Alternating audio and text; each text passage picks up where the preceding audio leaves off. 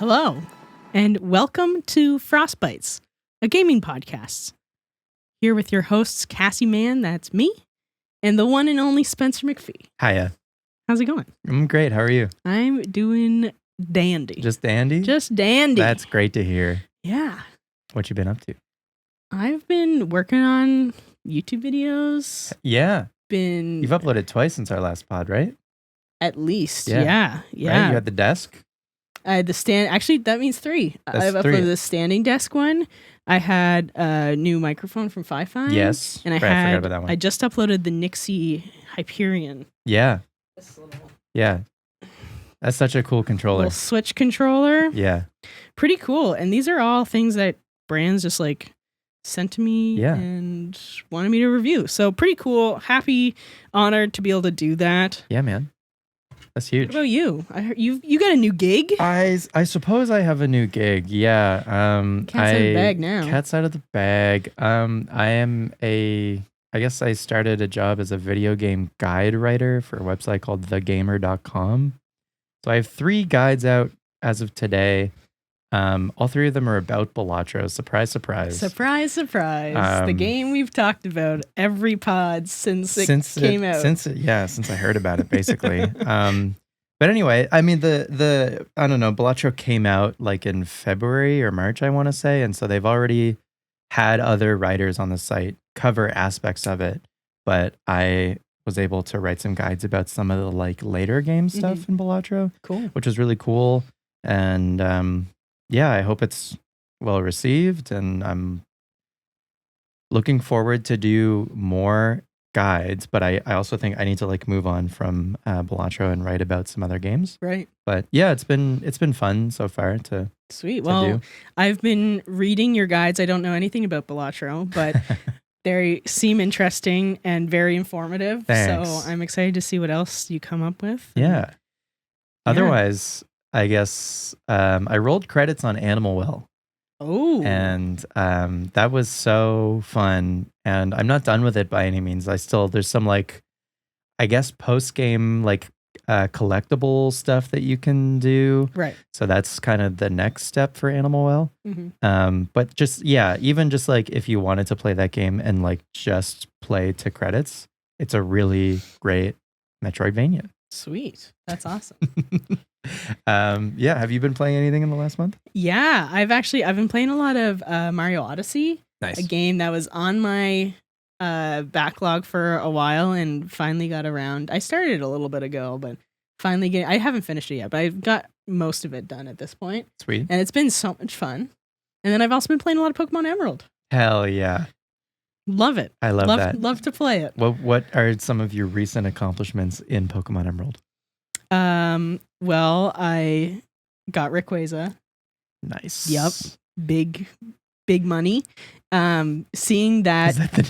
Did you nickname the Rayquaza Big Money? No, I should have. I'm gonna do that now. Big money, the Rayquaza. Uh-huh. Yeah, like just like seeing the cutscene with Rayquaza is just so cool. Yeah. I love that cutscene so much. Yeah, It's so funny. It's iconic. It's been like memed to death at this point, but of course. just the idea of Rayquaza like descending from the heavens. The sky opens up, like, stop fighting, you two, and they're like, oh, go sorry. back to bed. Yeah, go back to bed, and they descend back into the sea. Yeah. I love it. But yeah, I mean, besides that, just kind of like, I don't know, understanding the game more because it's so different from current day Pokemon. Mm-hmm. So it's just like, I don't know, realizing like, oh, okay, I do have to be a little bit more strategic. I can't just like power through it. But then also there is a lot of like grindy parts that you do and just kind of building on my team, figuring out, what the best thing is. And yeah, it's just been a lot of fun. Nice. I've been really enjoying it. Yeah. And you're in like Victory Road right now? Give or take? Yeah. So if you're listening to this podcast, or watching it on YouTube, we actually do the podcast live once a month. And we do a pre-show and post-show kind of hang with chat.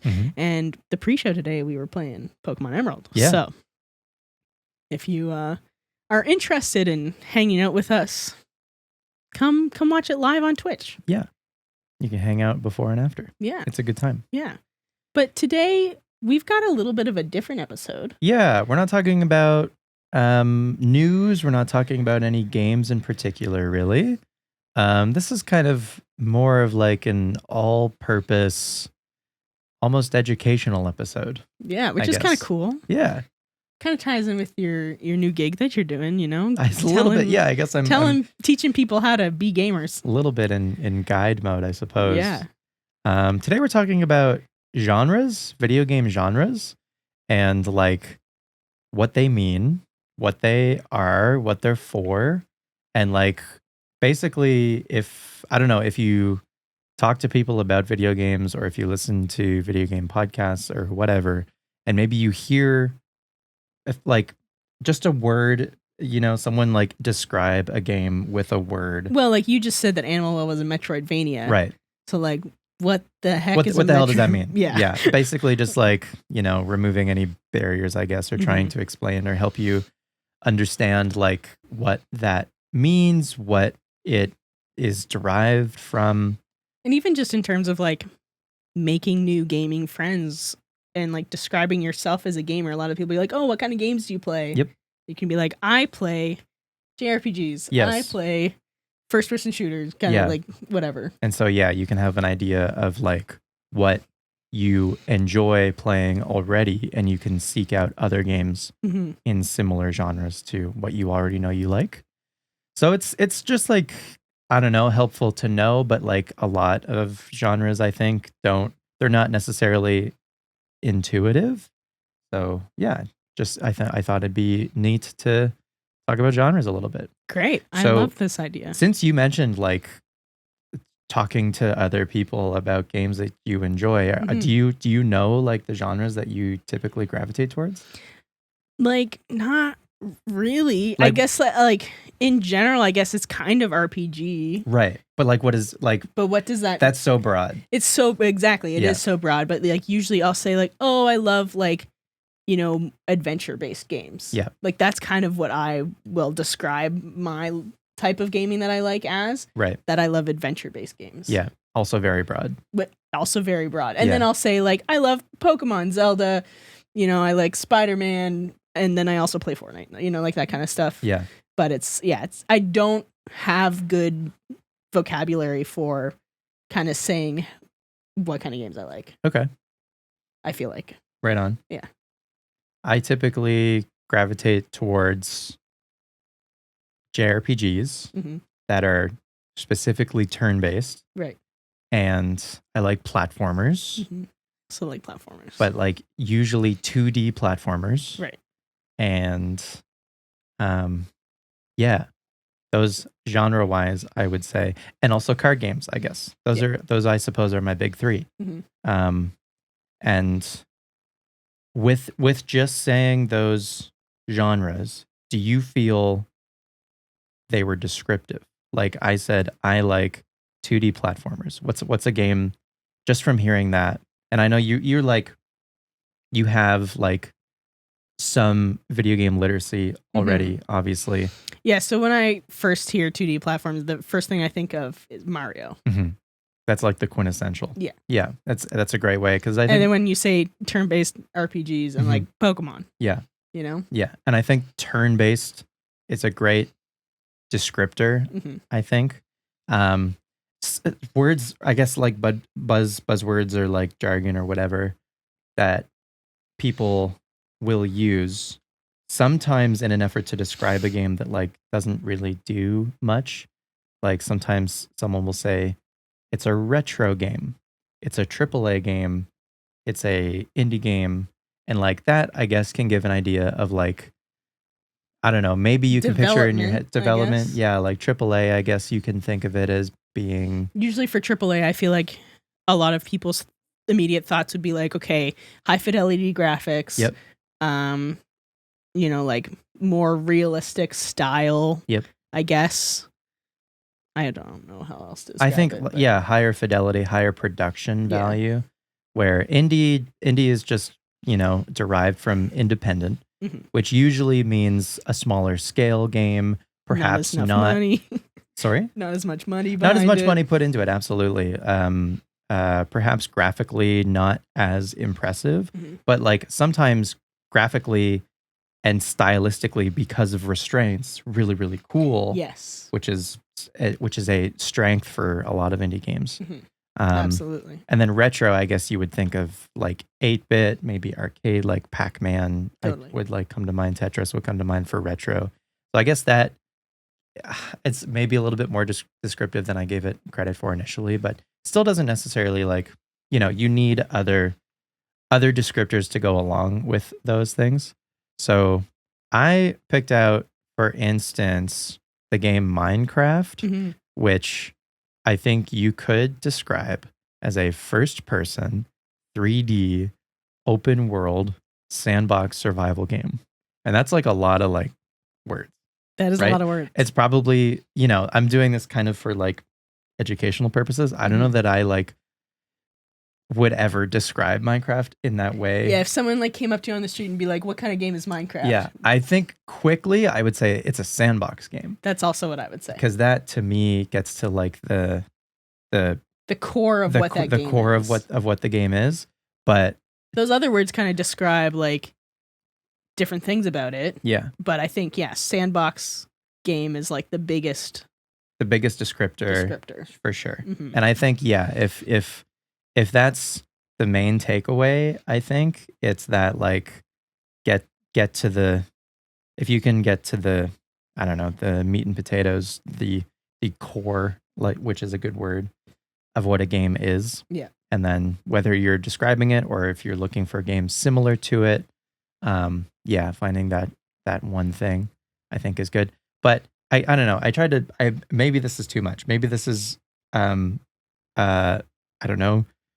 What's the word I'm looking for? Maybe this is too much. I broke it down.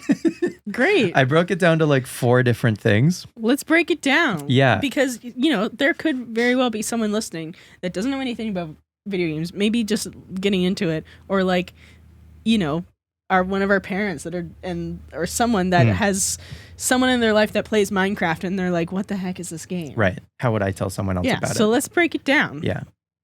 So first person. Yeah. So the full genre, like I said, for Minecraft, first person 3D open world sandbox survival. That's a lot of words, but the first person part of that to me describes the viewpoint of the game, which is just the way that you, the player, are perceiving the game, are viewing the world. Mm-hmm. And first person just means that you're seeing the game through the eyes of the character that you're playing as if you are that person. Opposed to third person, or like, I guess it is called third person, right? Where you're like watching the character's entire body. Yeah. Third person is usually like up, like above and behind. Yeah. The camera for the game will be above and behind the character that you're playing as. Yeah. So like in Zelda, like newer Zelda, Breath of the Wild, Tears of the Kingdom, that would be like a third person perspective. And you can change, for what it's worth, in Minecraft, you can change the camera to be in third person if you would rather play that way. But just by default, the camera is first person in Minecraft. So again, that's just like seeing the game through the eyes of the character you're playing as. Then the next descriptor I have after first person is 3D, which to me, rather than describing the world, I feel describes the range of motion that the character has. Okay. So like interesting.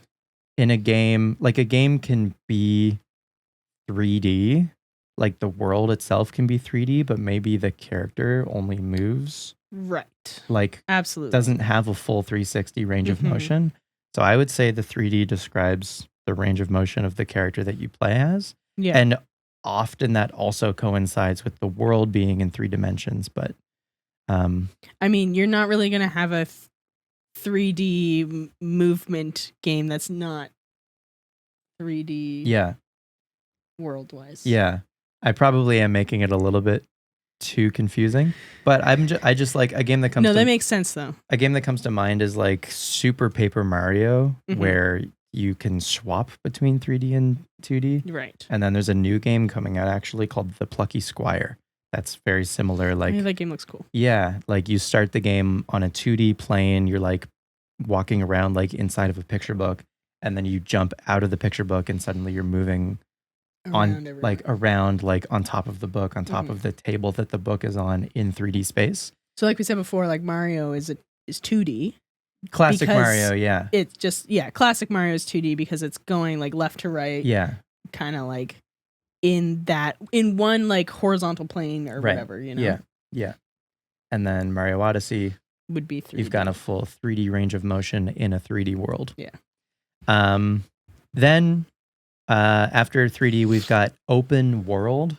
So that to me describes the nature of the world, or the nature maybe of like, I was going to say the nature of the levels in a game, but like if there are levels, then to me it's not open world. To me, open world is just like continuous, seamless, borderless, just like a single expansive space. Yeah, I see open world as like you're put into the world and you can choose where to go. Mm-hmm. It's not like you're taken down a specific path necessarily. There's guides usually sometimes. Yeah. For some games. But they're not like exact, like this is the only way you go. Mm-hmm. You can kind of decide. Yeah. And there can be like blocks, that you need to like get an item or whatever for. But yeah, for the most part, just like seamless. And like a game that is almost open world, a couple games that come to mind, honestly, Mario Odyssey. Yep. The levels in Mario Odyssey are very big, especially for Mario standards. 100%. And they don't have hallways as much as like previous, even 3D Mario games really did, where they were levels. But they, like I'd think you like jump into the picture and that would be the level. Yeah. 64. I mean, all of the 3D Marios have some like larger stages and levels, but Odyssey especially, I would say you could almost call them, there's almost a happy medium, which you could say is like zones. And Monster Hunter, I think, is a good example of a game having zones, right? Which are still like really big areas, but the entirety of the game isn't one single continuous world. It still has borders. It has loading zones between the borders. So, yeah, I would say there's Monster Hunter, maybe Mario Odyssey, depending on how you think about it, are kind of in this like medium space between like closed level games that I would say are more like hallways, more like individual hallways versus a fully. And there's definitely like times where a lot of games will kind of play in between those kind of things. Like if if I think of like the Star Wars Jedi games, they are like open world-esque, but definitely have like puzzles within them and like ways that you're supposed to kind of go to like get to certain things. Even like Breath of the Wild has the fully open world, but then has the individual shrines. Exactly. And like the shrines are a little bit disconnected. But yeah, have like, anyway. Yeah. And then finally the style of gameplay, which is like the core of the game. It's like the meat and potatoes of what the actual gameplay is, which for Minecraft, I think is like sandbox and survival. Sandbox in that you can manipulate the world around you however you want, and survival in that you need to survive, for lack of a better word. You need to like stay healthy and you need to fend off enemies and all that stuff. Collect resources, stuff, which helps you with the sandbox aspect because then you can like build stuff and whatever. Yeah. So we're not going to get into like every single individual, I don't know, core style of gameplay genre. But I think that was a good example of just kind of breaking down what each of the descriptors, like if you saw a longer, like this game is a XYZ 1, 2, 3 game, breaking down what each of those things is and like what they're aiming to describe. Yeah. And hopefully that can help you try to like describe, like you think of a game like Let's Go Pikachu and Eevee is a third person top down turn-based RPG. Yeah. Does that make sense? Yep. You could even go even deeper to the specifics of the gameplay of Pokemon, which is a monster collector. You could even say, and you could swap out RPG with monster collector, but right. That's like, there are like I don't know, subgenres within genres, right? But it's Totally. a matter of like knowing those, I suppose. Mhm. But I do find subgenres are more descriptive for like the core of what a game is. Yeah. Where RPG, as we were saying earlier, is like pretty broad. Yeah, I mean, it literally stands for role-playing Mhm. game. Yeah. So that's very broad. Pretty much almost every game, unless it's like a simulation game, Yeah. is Absolutely. a role-playing game. Yeah. Or like, I guess, card games too. Yeah. Role playing games, yeah, they don't do a great job of, I don't know, being descriptive. They don't do a great job of telling you what the game actually like Mhm. is. Yeah. For the most part. So role playing games, usually referred to as RPGs for short. Typically, you take on the role of a character. So you become that character. You become that guy. And sometimes that means that you can make your own character, like in Fallout and Skyrim. Mhm. You can make your own guy, but you're still playing the role of that character that you've created. But there are plenty of other games where there's an existing character, like in The Witcher 3, you would play as Geralt of Rivia, who's like a character that like the developers of the game created, but you fill that role, you step in those shoes. Yep. And then you make all the decisions. And I guess one aspect, depending of some of these games, like especially a game like Mass Effect, for instance, where you're presented with like a bunch of different options Mhm. and you can like shape the way that the story unfolds depending on your choices. So then your choices actually matter. But I guess that is its own genre in itself. That is its own genre. kind of. Yeah, that isn't necessarily indicative of like all role playing games. Yeah. And that's the issue with RPGs is that they're broad and Very broad. often not very descriptive. But Yeah. they are a bit of a catch-all and kind of have like cover an umbrella of games that are, I think, like, you know, if you like Elder Scrolls, you're probably going to like Baldur's Gate, Mhm. right? Yeah. But yeah, leveling up your character as well is another like common thing that RPGs have you do. Mhm. Whether that's like leveling, I don't know, individual aspects or just like a single level and just like your character as a whole gets stronger. Anyway. Right. Yeah. So, we know that there's RPGs, but then there's things like JRPGs and ARPGs. Yeah. What's that extra letter? Yeah. What does that extra letter do? Uh-huh. From my like I kind of know, but like I've only heard some of these terms like recently. Mhm. So can you describe like what the difference in those are? Start with JRPG first, I think. JRPG. Is that like a Japanese? Yeah, the J stands for Japanese, Okay. which is super not helpful. It doesn't like add anything to the description of what the game actually is. Yeah. But I guess whoever decided to start calling JRPGs, I guess just noticed that a bunch of these styles of games were being made by Japanese developers. Right. So typically what JRPGs refer to is turn-based games. So like Pokemon is a great example. It's a turn-based game. When you get into a battle, you choose a single action and that action happens, and your opponent chooses a single action and that action happens, and it takes one turn. That's all Right. turn-based means. Yep. Other turn-based, I don't know, classic JRPGs like Final Fantasy, Dragon Quest, Persona. Yep.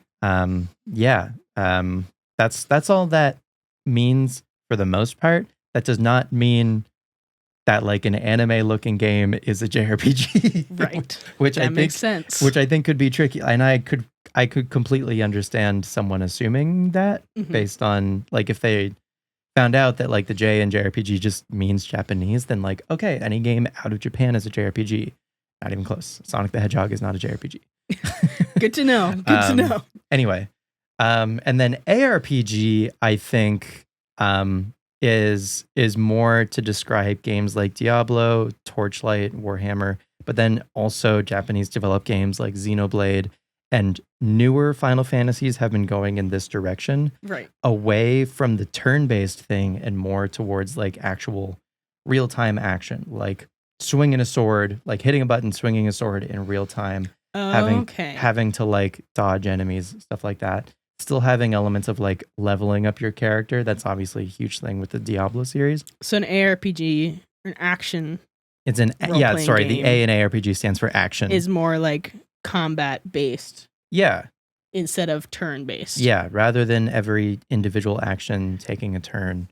Yeah, it's real time, and yeah, but there's still elements of leveling. So I feel like these games were originally just described as RPGs, but maybe that wasn't getting to how they weren't turn-based anymore. Right. And so even though like Diablo is an older style of game, I didn't research like when these terms started like, I don't know, being used, I guess. But yeah, the ARPG, at least an RPG where your actions happen in real time. JRPG usually refers to turn-based. RPG as a whole, Super broad. super broad role-playing game. Typically, you fill the shoes of a character, and there is leveling aspects. Great. I don't know. Like, this is the other thing, is like it's a little nebulous. Yeah. And not even like all encompassing. I think you can just kind of, which I don't know, the point of genres is to try to get away from like saying you would like this game, it's similar to this game. Right. Because if you don't know the game that I said it's similar to, then that's still not helpful. Yeah, absolutely. Where genres are supposed to be descriptive and actually ideally communicate like what a game is supposed to be. It's just tricky because I don't know, there still isn't like a one size fits all answer. Totally. Okay, well let's talk about some other genres. For sure. And just kind of dive into those a little bit. We deep dived into the RPGs. Everyone listening should know what an RPG is now, I hope. Hope so. And if not, you can get mad at me. Next, let's talk about Metroidvanias. Because we mentioned it earlier. I said Animal Wells and Metroidvania. Yeah. We didn't really go into it. So what the heck is a Metroidvania? So Metroidvania, for starters, it's a combination of two games that are similar in gameplay, in style. Metroid, that should go without saying. Yep, Nintendo Metroid. Yeah, the very first Metroid came out in 1987. And then a year before that, Castlevania, developed by Konami, came out. So these are both described like, nowadays, what's funny about this is Metroid and Castlevania games would be described as Metroidvanias, which super doesn't do a good job of telling you anything about what those games are if you don't know what those games are. Fair enough. So originally, these games were described as 2D action platformers. So we're getting there. We're getting somewhere. That is more descriptive. Than Metroidvania. But the reason that games released in more recent years are being described as Metroidvanias is because of what both Metroid and Castlevania have in common, and also how they differ from like Mario as 2D platformers, where the goal of Mario is, or not the goal, where the format, I suppose, of Mario is like an individual level where you start at the start and end at the end. Yeah. Metroid and Castlevania are a little more continuous, where there are, it's almost open world, where there is like a fully continuous map, seamless, but it's all hallways, and there are doors or gates that you cannot go through immediately. You need to get some sort of upgrade or key or whatever in order to get through those gates. Right. And so really what these kinds of games boil down to is like searching for items that can help you continue through the game, and there's also often action in the form of like there will be enemies that and you can stuff. shoot or hit with a whip in the case of Castlevania, or hammers or whatever the hell. Great. Anyway, so now I guess because of like that format, games like Hollow Knight, Animal Well, which I mentioned earlier, Prince of Persia: The Lost Crown, which came out earlier this year as well, which I think has taken a lot of people by surprise as being a really good Metroidvania. Yeah, I still haven't played that. But then even like DuckTales, the Shantae series, Right. 2D Ninja Gaidens, and Dead Cells, which is a roguelike Metroidvania. Oh gosh. And that's like a whole That's a whole other fucking thing. We'll get into that after. But yeah, but all of those games that I listed are 2D games, and not like Metroidvanias are not just 2D games. Right. So there's some, I feel like I've been talking a lot and I'm sorry about that, but there's some 3D Metroidvanias there that might surprise you to learn that are Okay, yeah. are I'm actually Metroidvanias. really surprised at the list that Spencer has come up with for 3D Metroidvanias. Batman Arkham series. Never would have thought Right. that that's a Metroidvania. Yeah. Jedi Fallen Order, Jedi Survivor, Darksiders, Pseudo Regalia. Pseudo Regalia, that's one that came out within the last year. It's really cool. I don't know those last two, but I've played the Jedi games and some of the Batman games, and I didn't know that I was playing a Metroidvania. Yeah, but that makes sense. Yeah, because I was saying that before. There's like puzzles and stuff that you need to do to keep progressing in the game. Yeah, and there are upgrades that you find in order to open gates, and that's the gist of it, really. Like, I don't know, the Dark Souls games are Metroidvanias, right? Like Zelda games that aren't maybe as open world are Metroidvanias. I was gonna ask if, like, a lot of Zelda dungeons specifically is what I think of, because a lot of the times, especially like some of the older games, you have to find a key to unlock a thing, and then you go to the boss battle or whatever. I think the thing with like the reason that these games aren't described as Metroidvanias is because they're not as explicitly or as obviously drawing influence from Metroid and Castlevania. So that's the other thing, is like where games like Hollow Knight are more I think a big reason why this term Metroidvania has become its own thing is probably because people for a while were saying this game is like Metroid, this game is like Castlevania, this game is like if you took Metroid and Castlevania and fused them, and then eventually that turns into people just like starting to call things Metroidvania. And that has happened with other games becoming the like derivative of a genre. And that was the case with roguelike. Okay. Yeah. So what is a roguelike? A roguelike is a game typically where you play through the game, and if you die, you restart at the beginning. Yeah. So there typically isn't progress, really. The progress in roguelikes, for the most part, comes from learning the game. If there are enemies, learning their patterns and getting better at dealing with them.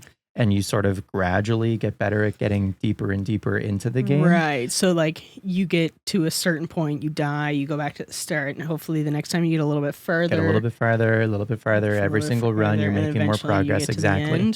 So roguelike comes from, there was a game that came out in the year 1980. It was just a very simple looking computer game that was comprised of like just symbols, like early computer text symbols, ASCII, if you're familiar. Nice. And yeah, it had like a dungeon kind of layout, and it was procedurally generated, which is like random generation. So every time you do a run, the layout of the rooms or the dungeons or whatever that you're in is different each time. So you can't necessarily memorize, and you still have to like kind of be on your toes as you play through the game. But again, the more you play, the more you get used to the game's systems and, like I said, enemy patterns and that kind of stuff.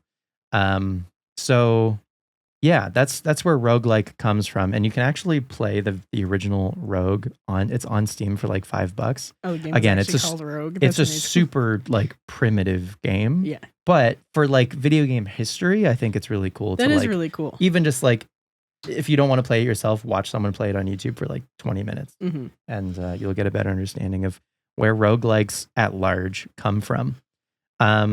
But so yeah, what are some examples of I've got a list there of roguelikes? of a whole bunch of popular ones. Oh yeah, Binding of Isaac, I know Mhm. that one. Dead Cells, Slay the Spire, Mhm. Hades 1 and 2.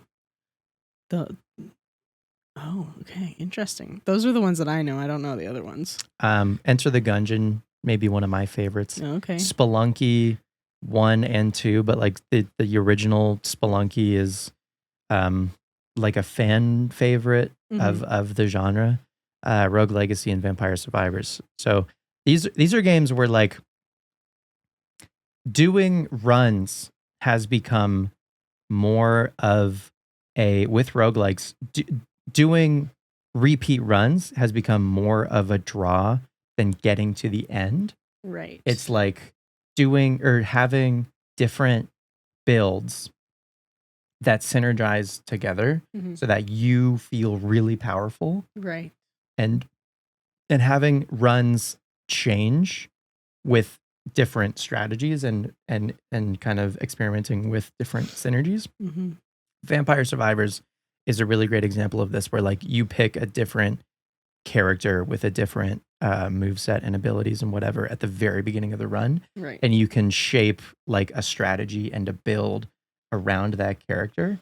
And yes, getting to the end of that run is the goal, but doing it in a new and interesting way is the fun part. Right. And so, yeah, as much as getting to the end is like cool for roguelikes, the fun of these games comes from replaying and replaying and replaying and replaying. Makes sense. I didn't list Balatro, but Balatro is I was about to say is a roguelike. You said Balatro is a roguelike. And the way that changes every time is it changes the boss at the end of every floor, I guess, is a way of thinking about it. But a bunch of like the boss at the ends of floors of Binding of Isaac, Enter the Gungeon, Slay the Spire, those bosses change every time to make every run feel fresh and forces you to adapt and all of these good things. So that's the reason, I guess, why roguelikes have like, I would say ever since Spelunky and the Binding of Isaac, roguelikes popped the fuck off, and there's like so many of them. Every other week there's a new one. I remember in high school, I think it was, I had a friend that really liked the Binding of Isaac, and I watched him play it. I never played it myself because it looks like, for me, roguelikes look stressful. Yeah, they are. Although I have Hades and I haven't played it yet, but I really want to.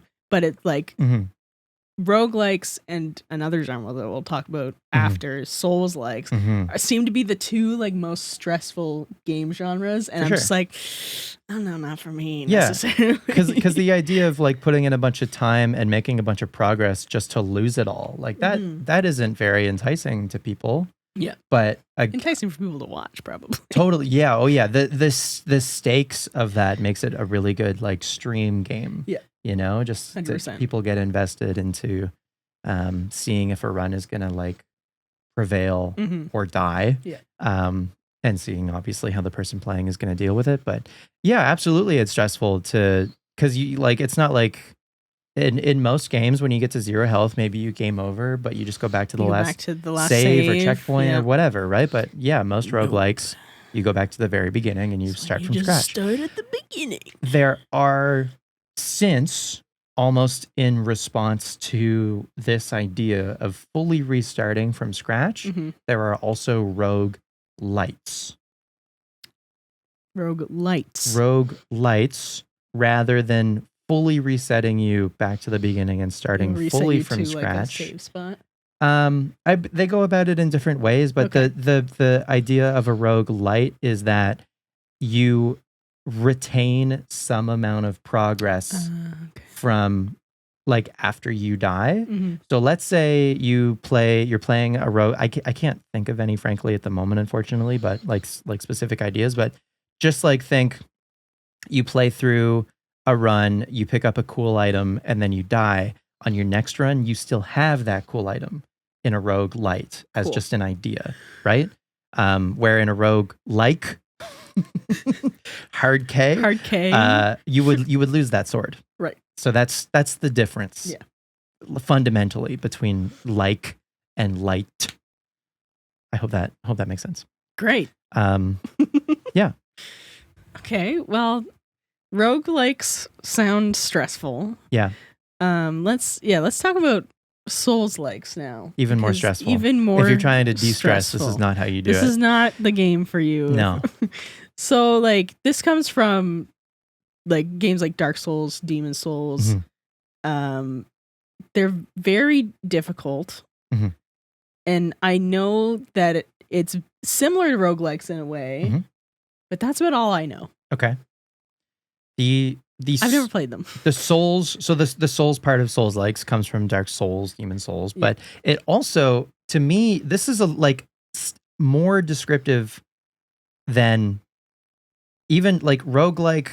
I don't know that frankly, because to me, what does rogue actually get to? Yeah. You know, like what does that describe? But I don't know. Roguelike at this point, I feel has just taken on like a meaning of its own. So, but again, you still need to like be told or learn about what that is. But Souls, like, I don't know, you still do need to be told. I think Souls like is great if you have like, I don't know, maybe like introductory video game literacy. Maybe, I don't know. I'm grappling with this in the moment, live on Twitch. You're like, why do we need to know this? Anyway, Souls like what this fundamentally gets down to is in Dark Souls, Demon Souls, Elden Ring, all these games, right?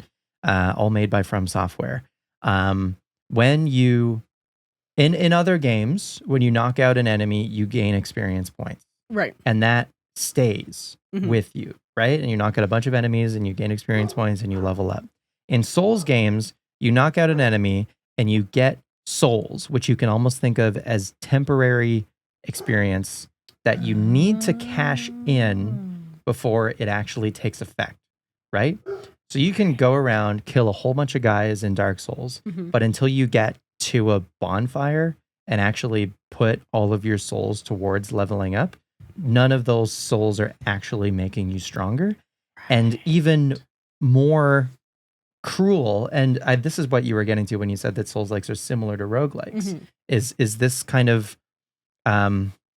this idea of loss of progress, where if you die, if you have 10,000 souls on you and you die, you lose those souls, not forever.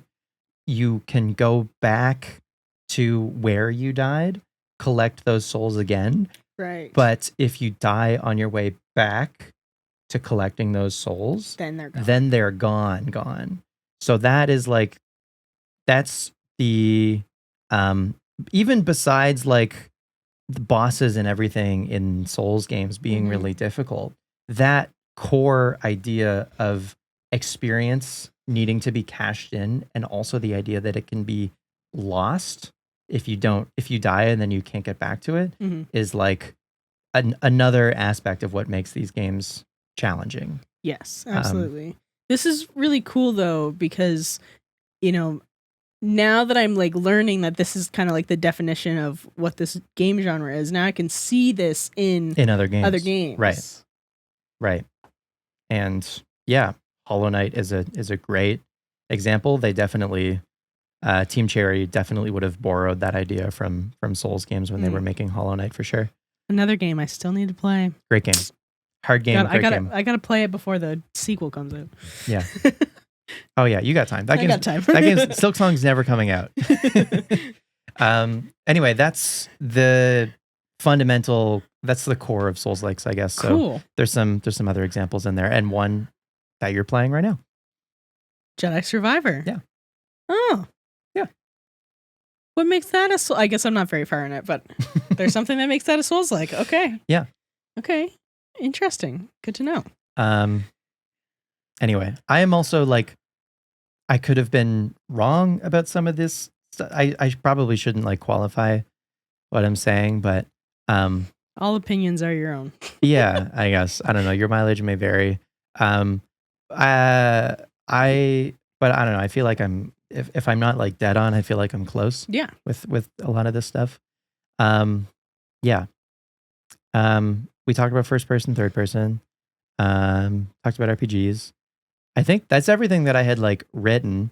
And then there are other descriptors for like online games, for instance, like MMO stands for massive multiplayer online. So that's a game like World of Warcraft, and all the MMO part of that means is that there's a whole bunch of people all playing together at once in the same world or I the used same to be a space. huge MMO fan. Nice. Yeah. Yeah. I used to play a lot of Guild Wars. Nice. That was my shit in high school. Hell yeah. Yep. So that's another, I guess, like descriptor or genre that you might come across. Battle Royale. Thank you very much. That's a huge one. Yeah. So like, how would you like, what genres would you use to describe Fortnite? Just Battle Royale? Well, the main, like, initial game, I guess not the initial, because the initial was technically the it was like the story, the survival like thing. Tower defense. Yeah. So I guess, yeah, like the main style of Fortnite that people play right now is a battle royale, right? And then they have zero builds, which is the zero build battle royale. But now they have rocket racing, which is a racing game. Yeah.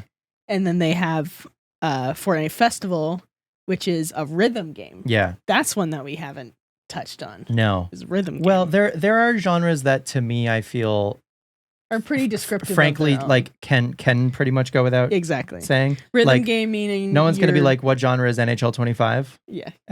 Sports. But I mean, within rhythm games, there is still like Crypt of the Necro Dancer is a rhythm game, but it's also like a top-down 2D adventure rhythm game, which same with like Hi-Fi Rush is a rhythm game, but it's also 3D action rhythm game. Yeah, exactly. Yeah. So yeah, game genres are definitely blending more and more these days. That's for sure. For sure, and there are more and more subgenres. As like, I'm sure. Well, I mean, even this is a newer development. I think people are starting to describe some Metroidvanias that are maybe more puzzle oriented, like Animal Well, right? As Metroid Brainias. Oh whoa, jeez.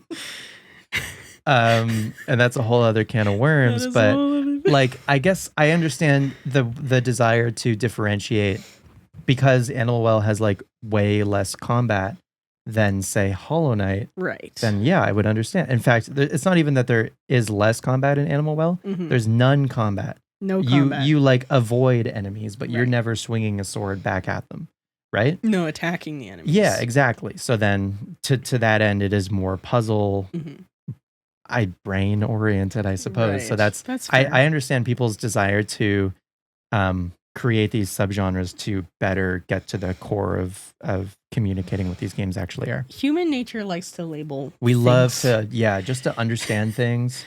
And try to communicate things better to other people. People relate to things, I guess. Man. It's just, which is, that's a whole other thing. But let's go back to Battle Royale though. Yeah. Because we didn't really describe what that is. Right. And it's, at least in terms of Fortnite, and it seems most Battle Royales, there's a pool of players, and then it's kind of like last one standing. Like whoever is at the end wins. You can almost think of it. Whether it's a team or if it's just you by yourself or whatever. Yeah, you can almost think of it as like Hunger Games. Yes. Yeah. Exactly.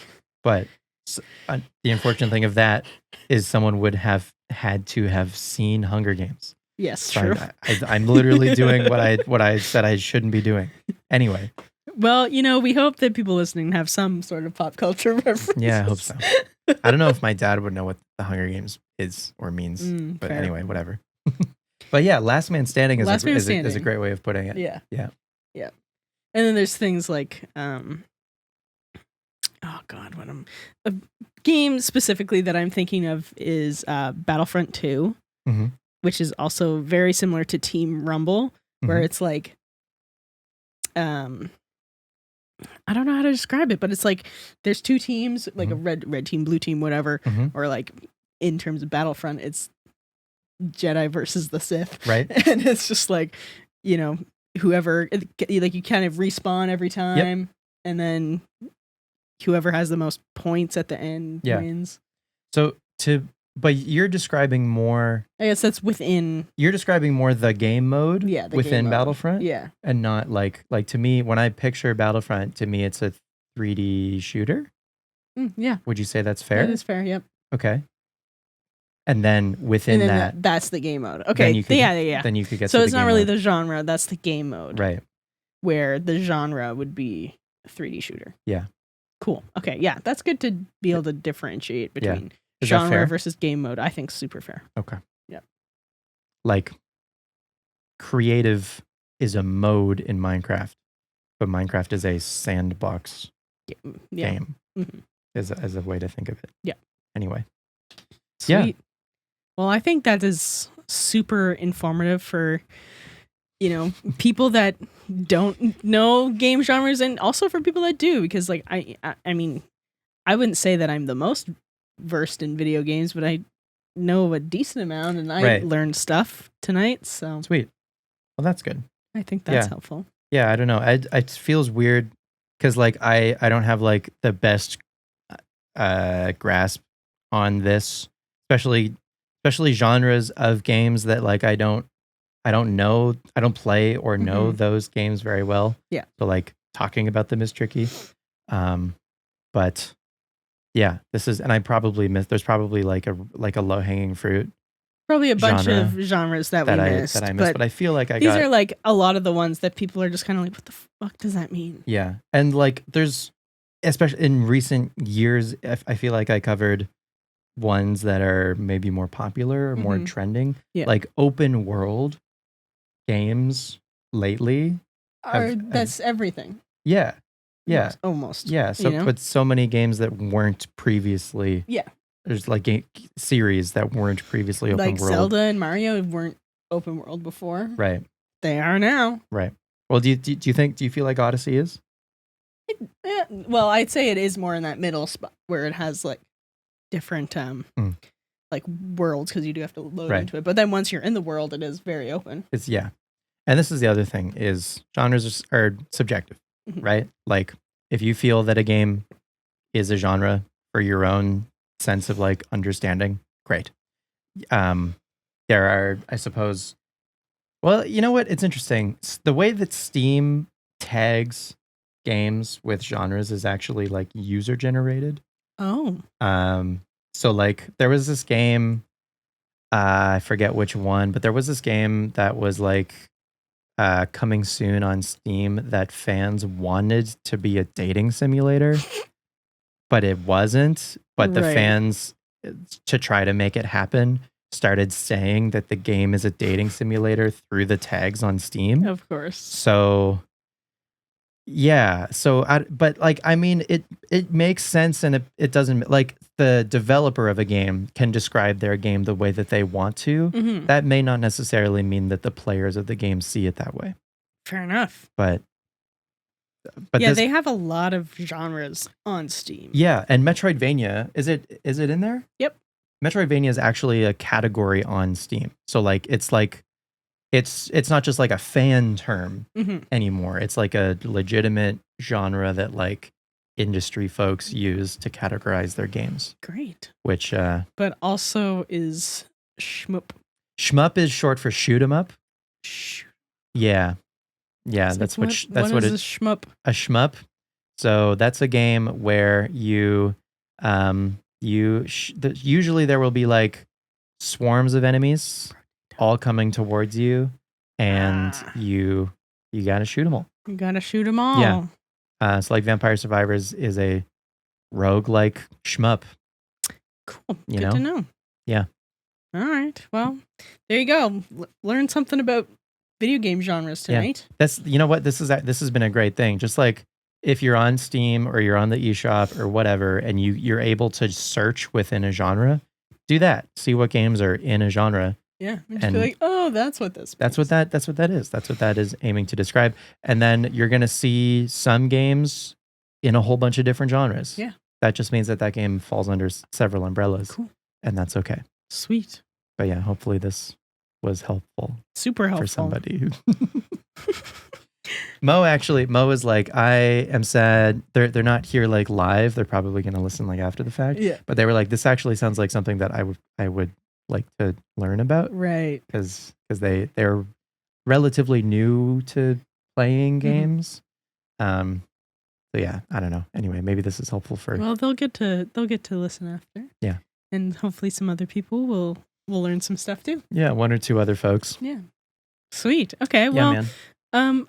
I feel like that kind of wraps up the talk on game genres. Mm-hmm. What do we got going on in the Pokemon world these days? Oh man, they announced a whole bunch of like events happening in the summer, like throughout the Really? summer. So you know how like previously they were kind of doing like like they would kind of just like announce like one 7-star raid like at a time, and like it would end and then they would announce the next one. They announced a full summer's worth of stuff, and it was a big ol' announcement that I am currently trying to find all of the information for. So there was already a water type 7-star Pikachu that has come and gone. Yep. And then this weekend, we're recording this on July 25th. This weekend, there's going to be July 25th. Oh my gosh. Yeah, already. Crazy. I know. This weekend, there's going to be a Dondozo. That's the big fish in Scarlet and Violet. Yep. There's going to be a Dondozo 7-star raid. Big fish. Big fish guy with like the sushi chef thing on his head, which is funny because his best friend is Tatsugiri. Yep. Anyway, so yeah, there's a whole bunch of these things, and there's also going to be different mass outbreaks in Scarlet and Violet throughout the summer for a whole bunch of guys. Anything like that stands out? For the mass outbreaks? Mass outbreaks or for the raids? Is there anyone that's like, yeah, you should definitely get this guy? Yeah, I'm sorry. I'm just trying to find details on it right now. Also, currently, I guess like in the meantime, there's a Fuecoco that you can get right now for free. Oh, is it the third of the ones that goes with the show? Exactly. They've already put out Lico's Sprigatito. They put out the Quaxley. I don't remember the name of the owner of the Quaxley. And they've now put out Roy's Fuecoco, which you can get with the code 909 TEAMUP06. And that's available until January 31st. 2025. You really got to act now for that one. And then all of the Pokemon you stuff. only have 6 months. Okay. Yeah. There's a whole. So it looks like there was already the water type Pikachu raid that happened. There's now a water type Dondozo. There's going to be. They're bringing back the Gimmighoul raid. Oh. And the last time it happened, the Gimmighoul could be shiny. Yeah, I was going to say. Ordinarily in the game, Gimmighoul is shiny locked. So this raid is the only way to get shiny Gimmighoul. Okay, I might try that. But it's like the odds of it are like, they're not low. Yeah. They're still like 1 in 4,000 or something. Right. Which sucks. Yeah. And then even with the shiny charm? Yeah. Shiny Charm, I don't think affects. Doesn't do anything for the raids. Yeah. Okay. And then towards the end of the summer, probably like last weekend of August, I think. Does it say? Yeah. All of these events are happening until September 1st, but like one at a time. You know what I mean? So the last raid that they're doing is going to be a normal type Dragonite towards the end of August. Cool. And then there's mass outbreaks. I think this one has already happened for Pichu, Pikachu, and Raichu, because I'm assuming it was probably in line with the Pikachu raid. Yep. So I think currently with Dondozo, there are Tatsugiri mass outbreaks. Do they have increased shiny odds? Sarah B does not say if they have increased shiny odds, but this is only on Instagram. So they might. The Gimmighoul is going to have Wattel or Waddle, Riolu, and Comfey mass outbreaks. And then finally, Dragonite is going to have, this is cool, Larvitar and Bagon, Gumi, and Beldum mass outbreaks. Cool. I would like to assume that they're going to have increased shiny odds, but that might not be real. Okay. Anyway, they laid out this whole plan for the summer. You can find more information on Cerebi or wherever you get your Pokemon news. But yeah, this is going to be happening for the next until the end of August, I think. The end of August. Sweet. And then well, there you go. Currently you can get a free Fuecoco. And that's pretty much everything with Pokemon. There hasn't been any news for Legends ZA yet. Hopefully soon. Yeah, we'll see. Sweet. Anything new in Fortnite? Yes, there's lots new, and I honestly don't really know what's going on. Okay. Actually, there's a new Deadpool and Wolverine movie came out today. Yeah. And there is a new like Deadpool and Wolverine skin. They look really cool. Besides that, yeah, I honestly like I haven't really been playing. Not really sure what's going on, but it's seems like that's what I know right now. Yeah. Sure, there's other stuff. Yeah. But You must be excited about Deadpool Wolverine. I'm excited to see it. Yep. Yeah. I think me and Shai are going to try and go next week because this weekend's pretty busy. But Nice. yeah, it seems like a good movie. I would like to see it also. It looks very funny. We should get a whole little crew. Yeah. Go see the movie. I would love that. Sweet. I grapple with going to the movies because it's so much money, but I like going to the movies. I like popcorn, movie popcorn. Pretzel bites are my thing. Yeah. We can try and go on a Tuesday. I love going on Tuesdays. Cheap night. That's my favorite day of the week to go to the movies. Yep. Tuesdays. Tuesday's a good day. I also have like a million scene points, so Oh, nice. I always, that's what I say before anytime I go to like Sobeys or something. Like, do you want to use your scene points to buy your groceries? I'm like, no, that's my movie money. I'm going to go to the movies. Yeah. Like, that's my movie money. That's how I justify going to the movies because I get my tickets with my scene points. Hell yeah. Anyways. I got to get on that, I think. It's good. It's good stuff. Cool. Sweet. All right. Well, thank you everyone for listening or watching it live. We do the podcast live once a month on Twitch. Not next month, but the month after will be our 1 year anniversary. So we did episode 11 today. Next month will be episode 12, and then September's episode will be the 1 month. 1 year. Or 1 year. 1 year Frostbytes. 1 year Frostbytes. So we're gonna have to plan something, I think. Okay. Some sort of celebration. Some sort of something. I don't know what yet. We'll do something fun. We can get frosted tips. Yeah, that sounds great. Frosted tips for Frostbytes. Frostbytes, frosted tips. But it has to be like our logo colors, like the blue and purple. Yeah, I'll get a tattoo of the Frostbytes logo, like right on the forehead. Right on your forehead? Right okay, on the forehead. So you don't have any tattoos, right? That'll be my first tattoo. Tattoo. Yeah, cool, that'll great. be huge. Awesome. But yeah, if you want to see whatever shenanigans we get up to, you can watch it live, twitch.tv/just_Kiyashi, or you can watch it after the fact on YouTube, youtube.com/Frostbite Podcast. I want to say Frostbytes Podcast. If I'm being 1,000% honest, I don't know for sure. I think it is Frostbytes Podcast. You can search it up. We make sure that it's searchable. It's places where you listen. You can also listen to it with your ears. With your ears. And not watch. On all the places that podcasts are. Right. Spotify, Apple Podcasts. Right.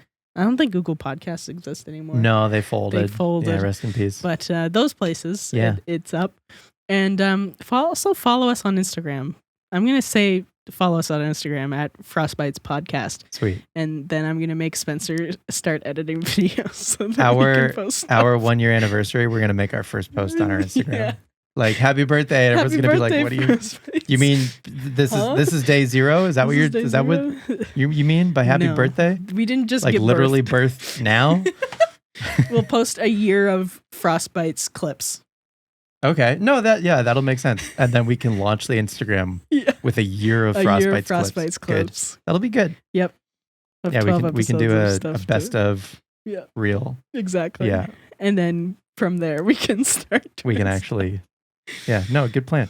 Yeah, that's actually a pretty solid plan. That's a content strategy, right? That marketers the world over use. Yeah. Right? 100%. Launch the product a year after, a year into their existence. That's fine. We've been in alpha for a year is the thing. Exactly. We're going to launch version 1.0. You've all been listening to, this is actually our pilot episode every. We have 12 We're gonna pilot have episodes. 12 pilots. Yep. Yeah, a pilot season. Yeah, pilot season. Yeah. And then, the producers will decide to renew for a second season. Who are the producers? Us. Okay. It's not looking good. No, God. Oh, God. Just kidding. It's looking good. It's looking great for me. All right. Well, thank you for listening. And have a great night. We'll see you next time. See you next time.